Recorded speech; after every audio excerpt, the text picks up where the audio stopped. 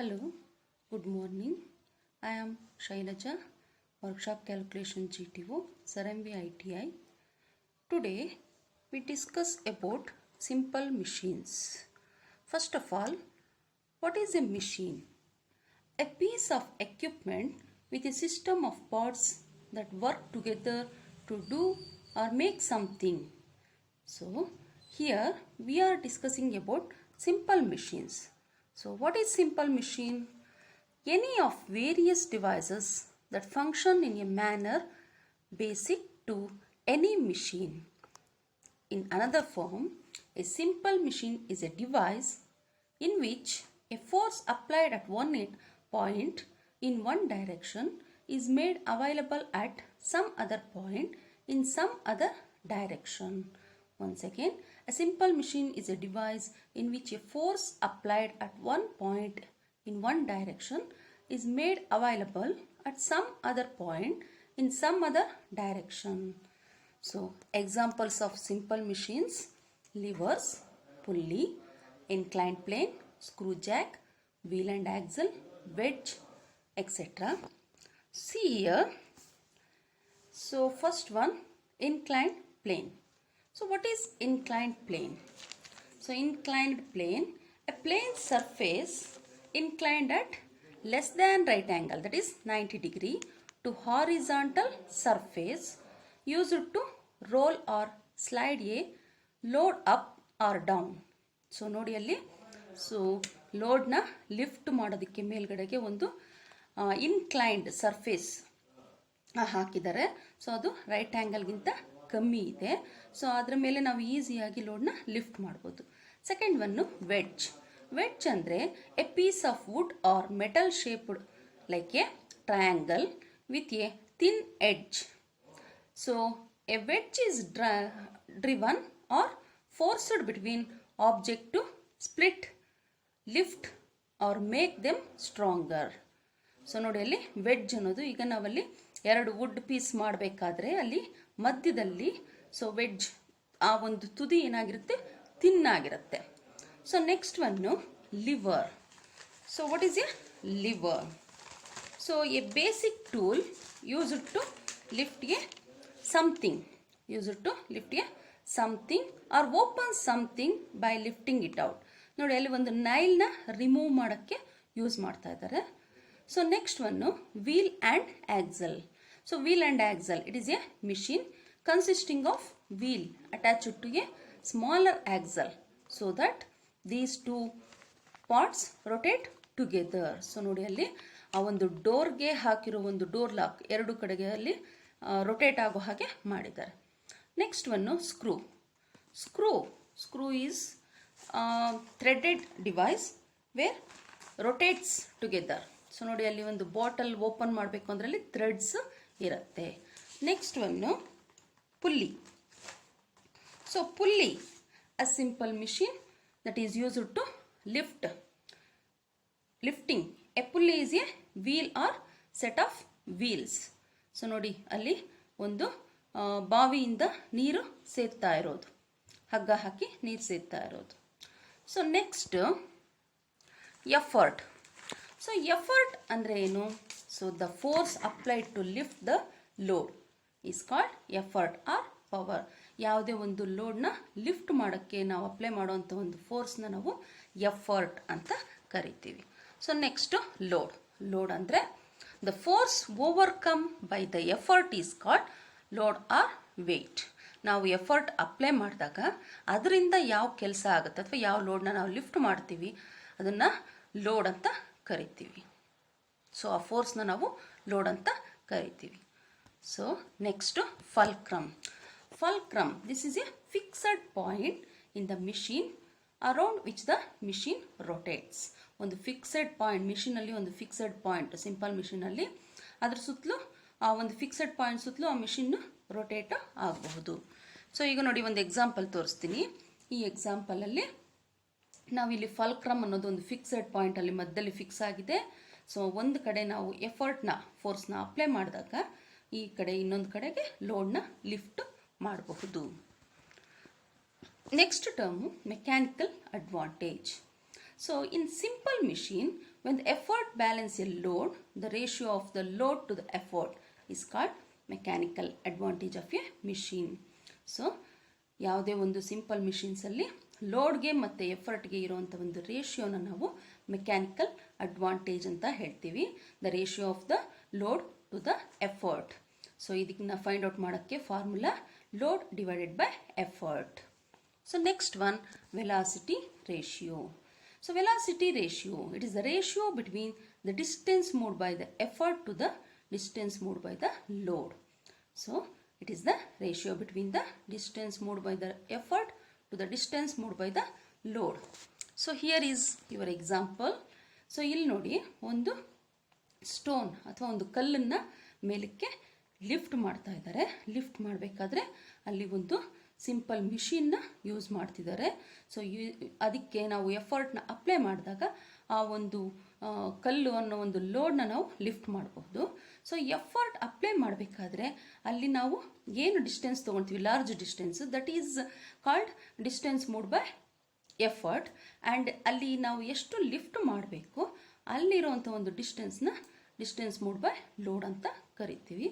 So therefore velocity ratio is equal to distance moved by effort divided by distance moved by load. So ಈಗ ಈ formula use ಮಾಡಿಕೊಂಡು ಕೆಲವೊಂದು simple ಪ್ರಾಬ್ಲಮ್ಸ್ನ ನಾವು ಮಾಡೋಣ. So ನೋಡಿ, ಇಲ್ಲಿ ಫಸ್ಟು ನಿಮಗೆ ಈ ಒಂದು ಫಿಗರಲ್ಲಿ ಏನು ಕಾಣ್ತಾ ಇದೆ, ಒಬ್ಬ ಮನುಷ್ಯ ಅವನು ಎಫರ್ಟ್ನ 10 ನ್ಯೂಟನ್ಸ್ ಅಷ್ಟು ಎಫರ್ಟ್ನ ಅಪ್ಲೈ ಮಾಡಿ 13 ನ್ಯೂಟನ್ಸ್ ಅಷ್ಟು ಲೋಡ್ನ ಲಿಫ್ಟ್ ಮಾಡ್ತಿದ್ದಾನೆ. ಸೊ ಮಧ್ಯದಲ್ಲಿ ಒಂದು ಫಲ್ಕ್ರಮ್ ಇದೆ. ಸೊ ನಮಗೆ ಇಲ್ಲಿ ಎಫರ್ಟ್ 10 ನ್ಯೂಟನ್ಸು ಮತ್ತು load 30 newtons. Therefore mechanical advantage is equal to load by effort, that is FR divided by FE. So that is 30 newtons divided by 10 newtons, that is 3. So ಇದಕ್ಕೆ unit ಇಲ್ಲ, because newtons 2 newtons ಆಗಿರೋದ್ರಿಂದ ಅಲ್ಲಿ cancel ಆಗುತ್ತೆ. ಆದ್ದರಿಂದ mechanical advantage 3. So next ಇನ್ನೊಂದು example ನೋಡೋಣ. ಸೊ ನೋಡಿ, ಇಲ್ಲಿ ಒಬ್ಬ ಮನುಷ್ಯ ಒಂದು ವೆಯ್ಟ್ ಅಥವಾ ಲೋಡ್ನ ಮೂವ್ ಮಾಡ್ಕೊಂಡು ಹೋಗ್ತಾ ಇದ್ದಾನೆ. ಸೊ ಅವನು ಎಷ್ಟು ಎಫರ್ಟ್ನ ಅಪ್ಲೈ ಮಾಡ್ತಾ ಇದ್ದಾನೆ ಅಂದರೆ ಇಲ್ಲಿ ಕೂಡ ಅವನು 100 ನ್ಯೂಟನ್ಸ್ ಅಷ್ಟು ಎಫರ್ಟ್ನ ಅಪ್ಲೈ ಮಾಡ್ತಾ ಇದ್ದಾನೆ 300 ನ್ಯೂಟನ್ ಅಷ್ಟು ಲೋಡ್ನ ಲಿಫ್ಟ್ ಮಾಡೋಕ್ಕೆ. Therefore mechanical advantage equals load by effort, that is 300 Newton divided by 100 Newton, that is 3/1. ಅದನ್ನು ನಾವು ರೇಷಿಯೋ ಪ್ರಕಾರ ಹೇಳಬೇಕು ಅಂದರೆ 3:1 ಅಥವಾ 3 ಆಗುತ್ತೆ. ಸೊ ನೆಕ್ಸ್ಟ್ ಇದೇ ಎಕ್ಸಾಂಪಲಲ್ಲಿ ನಾವು ವೆಲಾಸಿಟಿ ರೇಷಿಯೋನ ಫೈಂಡ್ ಔಟ್ ಮಾಡೋಣ. ಅಲ್ಲಿ ಕಾಣಿಸ್ತಾ ಇದೆ ನೋಡಿ, ಒಂದು ಮನುಷ್ಯನ ಕೆಳಗೆ ಅವನ ಒಂದು distance moved by effort 300 mm ಅಂತ ಇದೆ. ಸೊ ಅದೇ ರೀತಿ ಲೋಡ್ನ ಅವನು ಎಷ್ಟು ಲಿಫ್ಟ್ ಮಾಡಿದಾನೆ ತಳ್ಕೊಂಡು ಹೋಗಬೇಕಂದ್ರೆ distance moved by load is 100 mm. ಅದನ್ನು ನಾವು ಸೆಂಟಿಮೀಟರ್ಸ್ಗೆ ಕನ್ವರ್ಟ್ ಮಾಡಿದಾಗ 10 mmಗೆ 1 ಸೆಂಟಿಮೀಟರ್ ಆಗುತ್ತೆ. ಆದ್ದರಿಂದ 300 mmಗೆ 30 ಸೆಂಟಿಮೀಟರ್ ಆಗುತ್ತೆ. ಸೊ 100 mmಗೆ 10 ಸೆಂಟಿಮೀಟರ್ ಆಗುತ್ತೆ. 30 ಡಿವೈಡೆಡ್ ಬೈ 10 ಅಂದರೆ 3/1, that is 3:1 or 3. Velocity ratio is also 3. So next ಎಕ್ಸಾಂಪಲಲ್ಲಿ what is the mechanical advantage of a forklift that requires 480 Newton of input force and gives 6600 Newton of output force? Round the nearest whole number. So ನಾವು ಆನ್ಸರ್ನ whole number ಆಗಿ convert ಮಾಡಿ ಅಂತ ಹೇಳಿದ್ದಾರೆ. So first of all mechanical advantage is so load by effort. So ಇಲ್ಲಿ output force input force ಅಂತ ತೊಗೊಂಡಿದ್ದಾರೆ. ಅದು ಆ ಥರ ಬೇಕಾದರೂ ತೊಗೋಬೋದು. ಔಟ್ಪುಟ್ ನಮಗೆ ಏನು ಸಿಕ್ಕಿದೆ, ಔಟ್ಪುಟ್ ಫೋರ್ಸು ಮತ್ತು input force. So 6600 Newton of output force, again 480 Newton's input force. So divide ಮಾಡಿದಾಗ ನಮಗೆ 14 ಆನ್ಸರ್ ಬರುತ್ತೆ. ಇದಕ್ಕೆ ಯೂನಿಟ್ ಇಲ್ಲ. ಸೊ ನೆಕ್ಸ್ಟು ಇನ್ಪುಟ್ ಪವರ್ ಅಂದರೆ ಏನು? ಇದಕ್ಕೆ ಮುಂಚೆ ನಾನು ಇನ್ಪುಟ್ ಪವರ್ ಅಂತ ಎಕ್ಸ್ಪ್ರೆಸ್ ಮಾಡಿದೆ. ಬಟ್ ಇನ್ಪುಟ್ ಪವರ್ ಅಂದರೆ ಏನು? ಯಾವುದೇ ಒಂದು ಮಿಷಿನ್ಗೆ ನಾವು ಏನು ಇನ್ಪುಟ್ನ ಕೊಡ್ತೀವಿ ಅದನ್ನು ಇನ್ಪುಟ್ ಪವರ್ ಅಂತ ಹೇಳ್ತಾರೆ. So work done on the machine. So ಆ ಮಿಷಿನ್ ಮೇಲೆ ಏನು ಕೆಲಸ ಆಗುತ್ತೆ ಅದನ್ನು ನಾವು ಇನ್ಪುಟ್ ಪವರ್ ಅಂತ ಹೇಳ್ತೀವಿ. ಅದನ್ನು ಯಾವ ರೀತಿ ಫೈಂಡ್ ಔಟ್ ಮಾಡೋದು ಅಂದರೆ input equals effort into distance moved by effort ಅಂತ ಹೇಳ್ಬೋದು. Work done on the machine is called input power. Whereas output power output power ಅಂದರೆ work done by the machine ಇಂದ ಏನು ನಮಗೆ ವರ್ಕ್ ಆಗುತ್ತೆ ಅದನ್ನು ನಾವು ಔಟ್ಪುಟ್ ಪವರ್ ಅಂತ ಹೇಳ್ತೀವಿ. ಅಂದರೆ ಹೊರಗಡೆ ಏನು ಬರುತ್ತೆ ಆ ಮಿಷಿನಿಂದ ನಮಗೆ ಪವರ್ ಅಥವಾ ಲೋಡ್ ಏನು ಲಿಫ್ಟ್ ಆಗುತ್ತೆ ಅದನ್ನು ನಾವು ಔಟ್ಪುಟ್ ಪವರ್ ಅಂತ ಹೇಳ್ತೀವಿ. So output equals load into distance move by the load ಅಂತ ಹೇಳ್ಬೋದು. So next efficiency of machines. ಯಾವುದೇ ಒಂದು ಮಿಷಿನ್ಸ್ನ ಎಫಿಷಿಯನ್ಸಿ. ಸೊ ನಾವು ಇವಾಗ ಯಾವುದೇ ಒಂದು ಕೆಲಸ ಮಾಡಬೇಕಾದ್ರೆ ನಾವು ಏನು ಇನ್ಪುಟ್ ಕೊಡ್ತೀವಿ ಅದೇ ಔಟ್ಪುಟ್ ಆದರೆ ಎಕ್ಸಾಕ್ಟಾಗಿ ಅದೇ ಈಕ್ವಲ್ ಆಗಿದ್ದರೆ ಸೊ ಆ ಮಿಷಿನ್ನು ಐಡಿಯಲ್ ಮಿಷಿನ್ ಅಂತ ಹೇಳ್ತೀವಿ ನಾವು. ಸೊ ಅಂದರೆ ಅಲ್ಲಿ ನಮಗೆ 100% ನಮಗೆ ಔಟ್ಪುಟ್ಟು ಸಿಗ್ತಾ ಇರುತ್ತೆ. So far you have learn that the work you put into a machine is exactly equal to the work done by the machine. So in ideal situation this is equation true, but real situations ಏನಾಗುತ್ತೆ ಅಂದರೆ ಯಾವತ್ತೇ ಆಗಲಿ output work is always less than the input work. So ಸಾಮಾನ್ಯವಾಗಿ 100% ಯಾವಾಗ ನಮಗೆ ಸಿಗುತ್ತೆ ಅಂತಂದರೆ ಹೊಸ machines ಆದರೆ ಮಾತ್ರ ಇನ್ಪುಟ್ಟು ಮತ್ತು ಔಟ್ಪುಟ್ಟು ಎಕ್ಸಾಕ್ಟಾಗಿ ಈಕ್ವಲ್ ಆಗಿರುತ್ತೆ. ಇಲ್ಲದೆ ಇದ್ದರೆ ನಮ್ಗೆ ಯಾವಾಗಲೂ ಔಟ್ಪುಟ್ ಪವರು ಕಮ್ಮಿ ಇರುತ್ತೆ. ಸೊ ನೋಡಿ ಇಲ್ಲಿ ಒಂದು ಸಿಸರ್ ತೋರಿಸಿದ್ದಾರೆ. ಈ ಸಿಸರಲ್ಲಿ ಏನಾಗುತ್ತೆ ಅಂದರೆ ನಿಮಗೆ ಸೊ ರಸ್ಟ್ ಹಿಡಿದ್ಬಿಟ್ಟಿರೋದ್ರಿಂದ ಇದರಲ್ಲಿ ನಮಗೆ ಒಂದು 60% ಅಷ್ಟು ಕೆಲಸ ಮಾತ್ರ ಮಾಡಬಹುದು, ಅಂದರೆ ಕಟಿಂಗ್ ವರ್ಕ್. ಸೊ ಪೇಪರ್ನ ಕಟ್ ಮಾಡ್ತಾ ಇರ್ತೀವಿ. ಇನ್ನು ಮಿಕ್ಕಿರೋದ್ರೆಲ್ಲ ಏನಾಗುತ್ತೆ ಅಂದರೆ ವೇಸ್ಟ್ ಆಗುತ್ತೆ. ಅಂದರೆ ಇವಾಗ ನಮಗೆ ಈಸಿಯಾಗಿ ಅಲ್ಲಿ ಕಟ್ ಮಾಡೋಕ್ಕೆ ಆಗಲ್ಲ. ಯಾಕೆ ಅಂದರೆ ಡ್ಯೂ ಟು ಫ್ರಿಕ್ಷನ್, ಅಲ್ಲಿ ರಸ್ಟ್ ಹಿಡಿದಿದೆ. ಡ್ಯೂ ಟು ಫ್ರಿಕ್ಷನ್ನು ನಮಗೆ ಆ ಒಂದು ಸಿಸರ್ ಏನು 100% ನಮಗೆ ಎಫಿಷಿಯನ್ಸಿನ ಕೊಡ್ತಾ ಇಲ್ಲ. ನೆಕ್ಸ್ಟು ಸೊ ಯಾವ ರೀತಿ ನಾವು ಕ್ಯಾಲ್ಕುಲೇಟ್ ಮಾಡ್ಬೋದು ಎಫಿಷಿಯನ್ಸಿನ ಅಂತಂದರೆ, so efficiency is the ratio of the useful work output to the total work input. ನಾವು ಏನು ಟೋಟಲ್ ವರ್ಕ್ ಇನ್ಪುಟ್ ಕೊಡ್ತೀವಿ ಮತ್ತು ಅದರಿಂದ ನಮಗೆ ವರ್ಕ್ ಔಟ್ಪುಟ್ ಯೂಸ್ಫುಲ್ ಆಗಿ ಎಷ್ಟು ಸಿಗುತ್ತೆ ಅವೆರಡರ ರೇಷಿಯೋನ ನಾವು ಎಫಿಷಿಯನ್ಸಿ ಅಂತ ಕರಿತೀವಿ. Therefore efficiency is work out divided by work in into 100. So ಈ ಒಂದು ಯಾವತ್ತೇ ಆಗಲಿ ಎಫಿಷಿಯನ್ಸಿ 100%ಗಿಂತ ಕಮ್ಮಿನೇ ಇರುತ್ತೆ. ಯಾಕೆ ಅಂದರೆ ನಮಗೆ ಏನದು ಔಟ್ಪುಟ್ಟು ಯಾವಾಗಲೂ ಕಮ್ಮಿ ಇರುತ್ತೆ. ಸೊ ನೆಕ್ಸ್ಟ್ ನೋಡಿ, efficiency is output work by input work, that is 100 into 100. So efficiency of a machine compares the output work to the input work. ನಾವು ಯಾವತ್ತೇ ಆಗಲಿ ಔಟ್ಪುಟ್ ವರ್ಕು ಮತ್ತು ಇನ್ಪುಟ್ ವರ್ಕ್ಗೆ ಮಿಷಿನ್ಗೆ ಕಂಪೇರು ಮಾಡ್ತೀವಿ. Efficiency is expressed as a percent. So ಎಫಿಷಿಯನ್ಸಿನ ಯಾವತ್ತು ನಾವು ಪರ್ಸೆಂಟೇಜಲ್ಲಿ ಎಕ್ಸ್ಪ್ರೆಸ್ ಮಾಡ್ತೀವಿ. ಸೊ ಹೈಯರ್ ಪರ್ಸೆಂಟೇಜ್ ಇದ್ದರೆ ಆ ಒಂದು ಮಿಷಿನ್ನ ನಾವು ಮೋರ್ ಎಫಿಷಿಯೆಂಟ್ ಅಂತ ಹೇಳಬಹುದು. ಸೊ ಇನ್ಪುಟ್ ವರ್ಕು ಮತ್ತು ಔಟ್ಪುಟ್ ವರ್ಕ್ ಆಫ್ ಎ ಮಿಷಿನ್ನ ನಮಗೆ ಗೊತ್ತಿದೆ. ಸೊ ಇದರಿಂದ ನಾವು ಮಿಷಿನ್ನ ಎಫಿಷಿಯನ್ಸಿನ ನಾವು ಫೈಂಡ್ ಔಟ್ ಮಾಡಬಹುದು. ಸೊ ಇಲ್ಲಿ ನೋಡಿ, ಯಾವುದೇ ಒಂದು ಎಫಿಷಿಯನ್ಸಿಗೆ ನಾನು ಯೂಸ್ಫುಲ್ ಔಟ್ಪುಟ್ ಬೈ ಇನ್ಪುಟ್ ಅಂತ ಹೇಳಿದೆ, ಟೋಟಲ್ ಇನ್ಪುಟ್ ಅಂತ ಹೇಳಿದೆ. ಈ ಸಿಂಪಲ್ ಮಿಷಿನ್ಸಲ್ಲಿ ಇನ್ನೂ ಒಂದು ರೀತಿ ಕ್ಯಾಲ್ಕುಲೇಟ್ ಮಾಡ್ಬೋದು. ಯಾವ ರೀತಿ ಅಂದರೆ ಯೂಸ್ಫುಲ್ ಔಟ್ಪುಟ್, ಆಗಲೇ ಹೇಳಿದೆ ಔಟ್ಪುಟ್ ಪವರ್ ಅಂತಂದರೆ ಏನು ಅಂದರೆ load into distance moved by load. ಅದೇ ರೀತಿ ಇನ್ಪುಟ್ ಅಂದರೆ effort into distance moved by effort. ಇಲ್ಲಿ ನಾವು ಲೋಡ್ನ W ಅಂತ, ಎಫರ್ಟ್ನ P ಅಂತ. ಅದೇ ರೀತಿ ಡಿಸ್ಟೆನ್ಸ್ ಮೂಡ್ ಬೈ ಲೋಡ್ನ D2 ಅಂತ, ಡಿಸ್ಟೆನ್ಸ್ ಮೂಡ್ ಬೈ ಎಫರ್ಟ್ನ D1 ಅಂತ ತಗೊಂಡಾಗ ಸೊ ನೋಡಿ ಇಲ್ಲಿ ಈ ಒಂದು W/P ಡಿವೈಡೆಡ್ ಬೈ D1/D2 ಆಗುತ್ತೆ. ಸೊ W/P ಅಂದರೆ mechanical advantage, D1/D2 that is distance moved by effort to the distance moved by load is velocity ratio. ಈ ಫಾರ್ಮುಲಾ ಮುಖಾಂತರನೂ ಸಿಂಪಲ್ ಮಿಷಿನ್ಸಲ್ಲಿ ನಾವು ಎಫಿಷಿಯನ್ಸಿನ ಫೈಂಡ್ ಔಟ್ ಮಾಡಬಹುದು. ನೆಕ್ಸ್ಟ್ ಲಿವರ್ ಅಂದರೆ ಏನು? Lever is a rigid rod. ಆಗಲೇ ಒಂದ್ಸರಿ ಹೇಳಿದೆ, lever is a rigid rod which rotates about a fixed point, that is called fulcrum. So ಹಾಗಾದರೆ ಲಿವರ್ಗೆ examples cutting plier, pair of scissors ಕತ್ರಿ, ಕ್ರೋಬಾರ್, beam balance, hand pump. So ಇಲ್ಲಿ ನೋಡಿ ನಿಮಗೆ ಎಕ್ಸಾಂಪಲ್ಸ್ನ ತೋರಿಸಿದ್ದಾರೆ. ಸೊ ಸಿಸರ್ ಕತ್ರಿ, ಸೊ ಕತ್ರಿ ಅದರಲ್ಲಿ ಅದನ್ನು ನಾವು ಲಿವರ್ ಅಂತ ಹೇಳ್ತೀವಿ. ಸೊ ಮಧ್ಯದಲ್ಲಿ ನಮಗೆ ಫಲ್ಕ್ರಮ್ ಫಿಕ್ಸೆಡ್ ಪಾಯಿಂಟ್ ಇದೆ.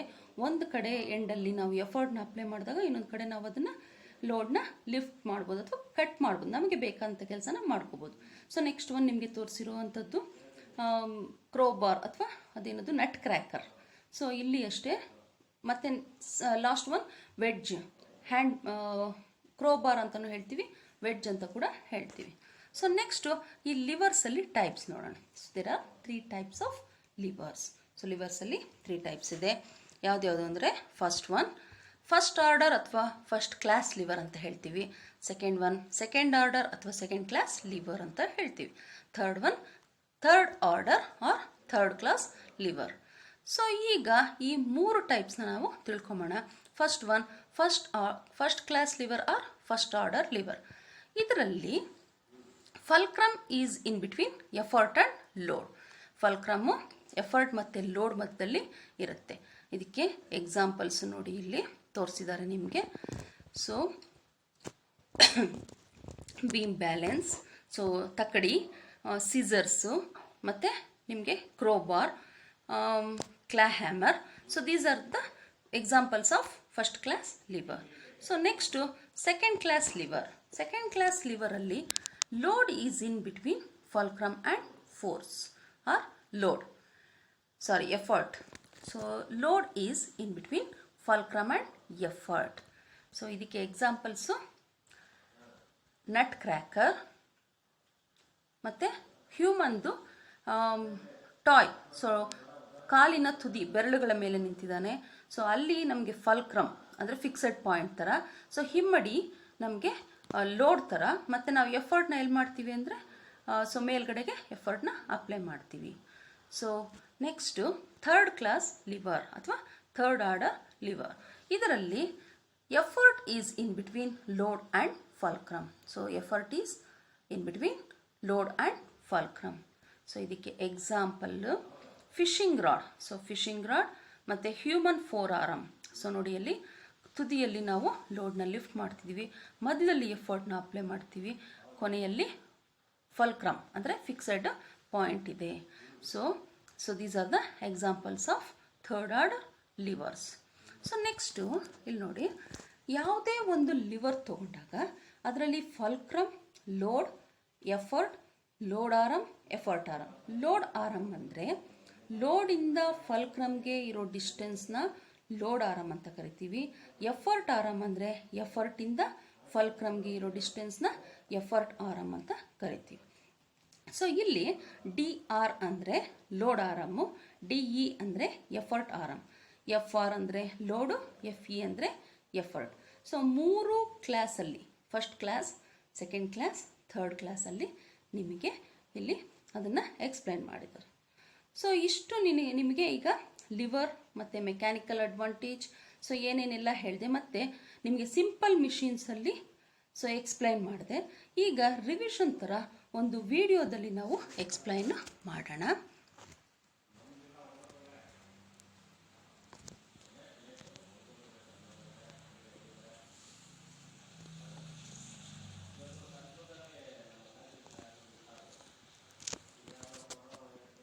Okay, simple machines, ಪುಲ್ಲೀಸ್.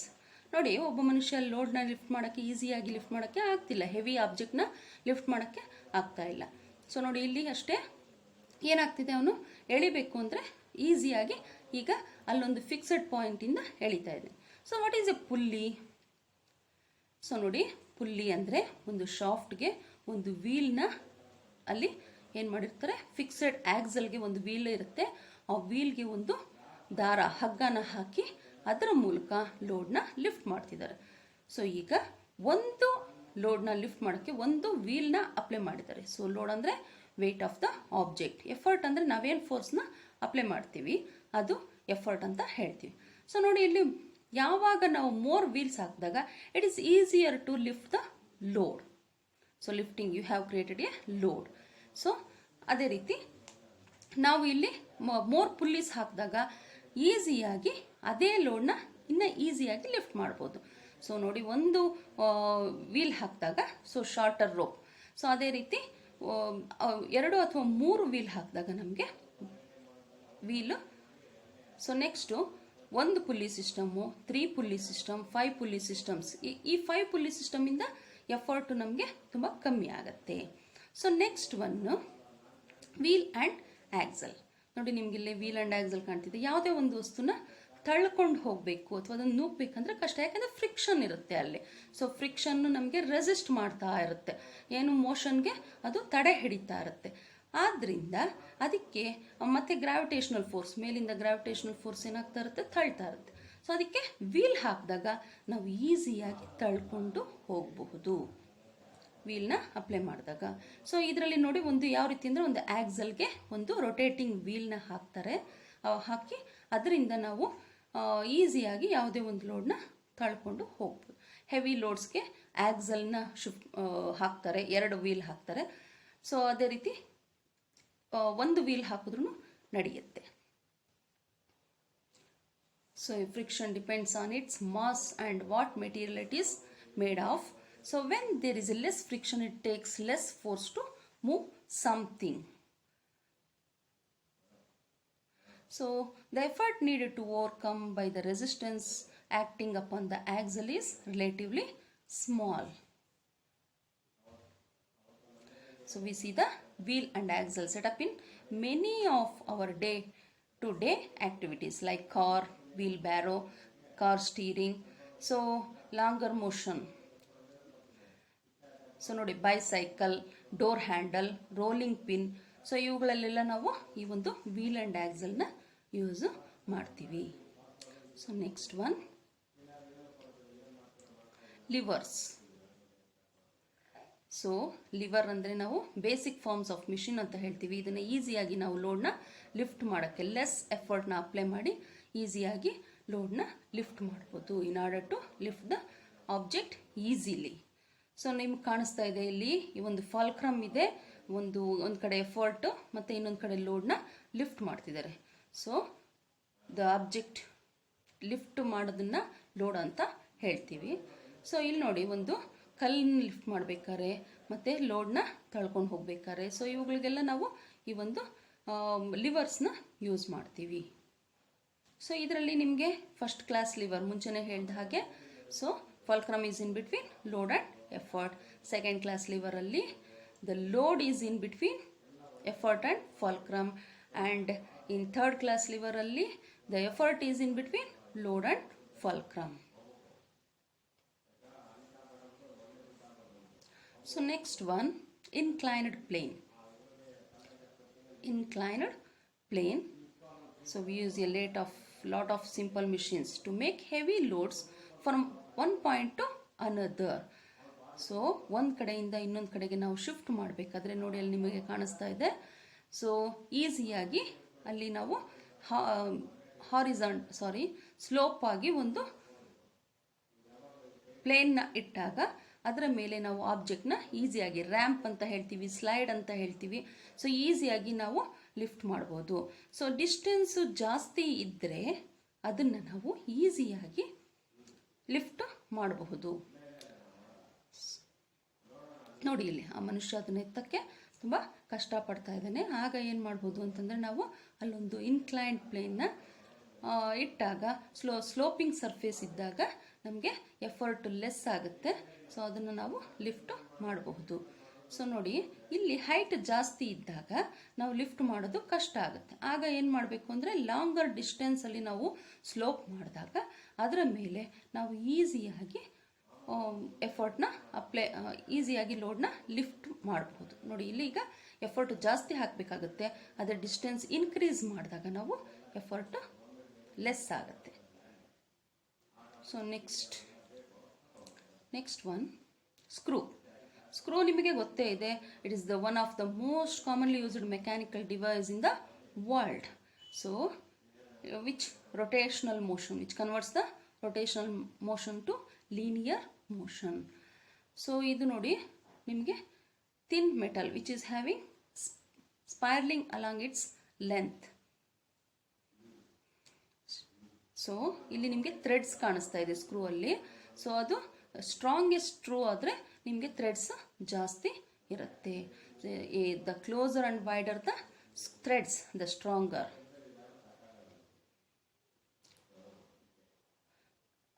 ಸೊ ನಿಮಗೆ ಇಲ್ಲಿ ಜಾಸ್ತಿ ನಿಮಗೆ ಥ್ರೆಡ್ಸ್ ಇದ್ದಷ್ಟು, ರೊಟೇಷನ್ ಮಾಡಿದಷ್ಟು ಅದು ಸ್ಟ್ರಾಂಗ್ ಆಗಿ ಇರುತ್ತೆ.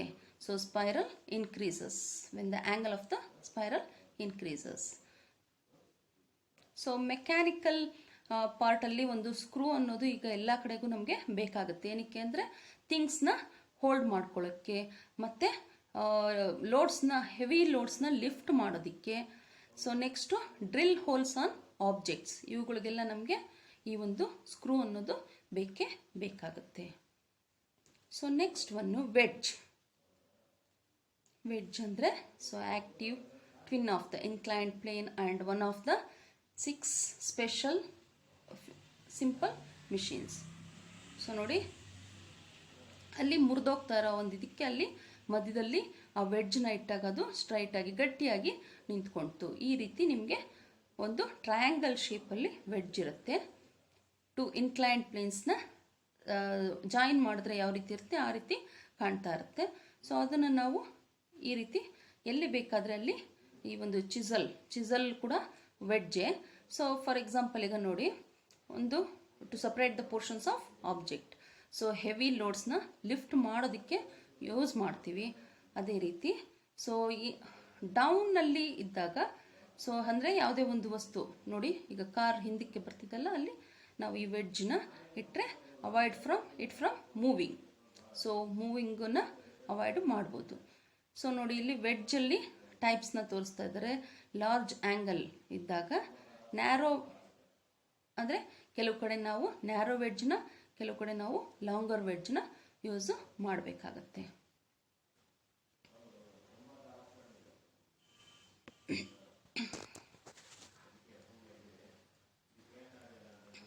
Okay,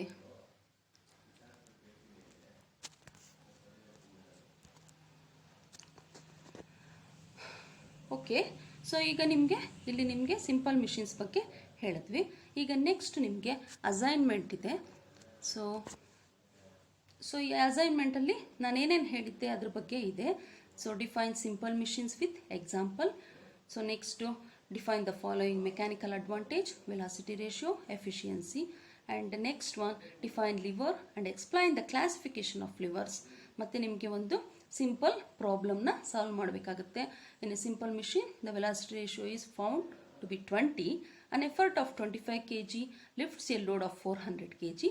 Calculates its efficiency. ಇದೆಲ್ಲ ಅಸೈನ್ಮೆಂಟ್ನ ವರ್ಕ್ ಮಾಡಿಬಿಟ್ಟು ನನಗೆ ತೋರಿಸಿ. So okay, thank you.